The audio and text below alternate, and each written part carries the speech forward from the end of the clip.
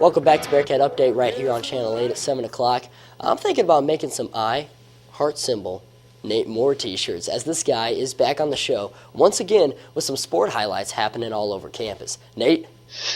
As Joe mentioned, I'm once again Nathan Moore. It was clearly a good week to be a Bearcat. Let's start this week off with some ladies softball. The Lady Bearcats opened up their season starting 3-0, winning their first game of the season against Concordia with a 10-6 victory. The amazing point about that game is that the ladies trailed by 6 runs going into the bottom of the second inning, but came back with a vengeance, scoring 8 runs to retake the lead.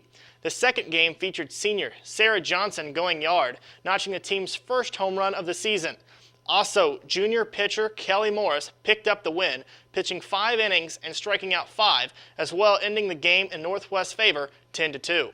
The last game featured a great pitching matchup in which Northwest pitching staff pitched a shutout, resulting in a 2-0 victory over Rogers State.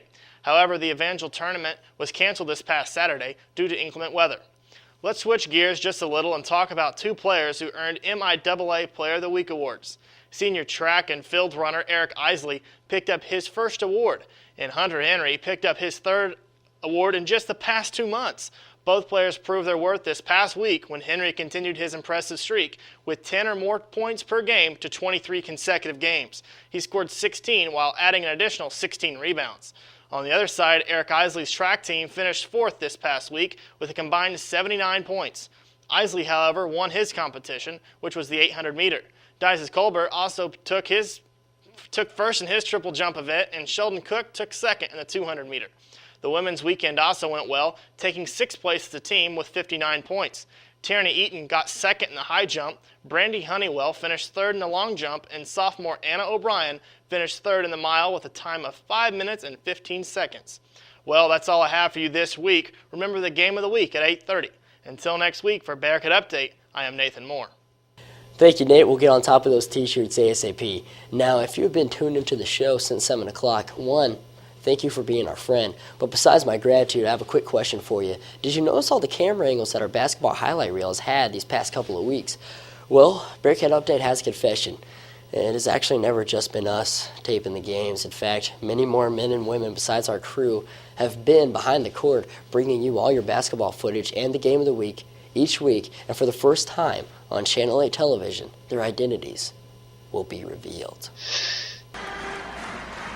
Saturday may have marked the end of MIAA conference play for the Bearcats, but it also marked the end of something that debuted this season. Broadcasting Bearcat basketball games over the student-run University Television channel. After over a year of planning and preparation, engineers installed wiring in Bearcat Arena to make this possible. Really, before the season started, it took quite a while to get everything going. It's actually taken about a year to finally get the okay for everything, get the equipment we need, and figure out how we're going to do this for sure. And so on the, I guess, game days, we'll get here about 2 to 2.5 hours before game time. We have to run a little bit of cable. We were able to get some of it hardwired, which helped out tremendously.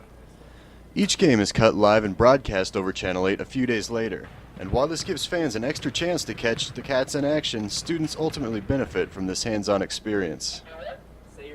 This semester, I think we've done about 5. This will be our 6th game, men's and women's. So students from the broadcasting department being able to come here and shoot and cut live the game, and then airing it back out over KNWT Channel 8. But its benefit is definitely the knowledge I'm learning about each of the jobs and how to do everything. Just the hands-on opportunities really helping me out. A 5 to 6 person crew arrives approximately 2 hours before the game to begin setup. Everything good? We have 2 games, tonight 5:30 and 7:30. We won't get out of here until probably 10:30. We got here at 3 o'clock, so it can be a lot of time, but it's also pretty exciting. During the production, each student plays a significant role. During the actual game, the shot that they'll be getting is from up above, so once somebody makes a shot, or if there's if there's a foul, a free throw, something like that, I'll get them underneath. Let's say somebody goes diving out of bounds for a ball. That's what I'll shoot. Also, during timeouts, I'll look for people in the audience. If there's some little kid cheering or something like that, then I'll try to zoom around and see what I can find. During the games, he will be directing, and I will be running the graphics and the replays. So whenever there's like a replay coming up, I cut those live during the game and set them in for whenever we have timeouts or stoppages of play. While the basketball season is over for this year, the hard work and dedication of all those involved has created a solid foundation to build off of for years to come. For Bearcat Update, I'm David Morgan. Still to come on Bearcat Update, junior basketball forward Matt Withers is in the studio. And gave me my spoof on the spoof house. What you gonna do? Bearcat Update is coming back after you. When you're out with your friends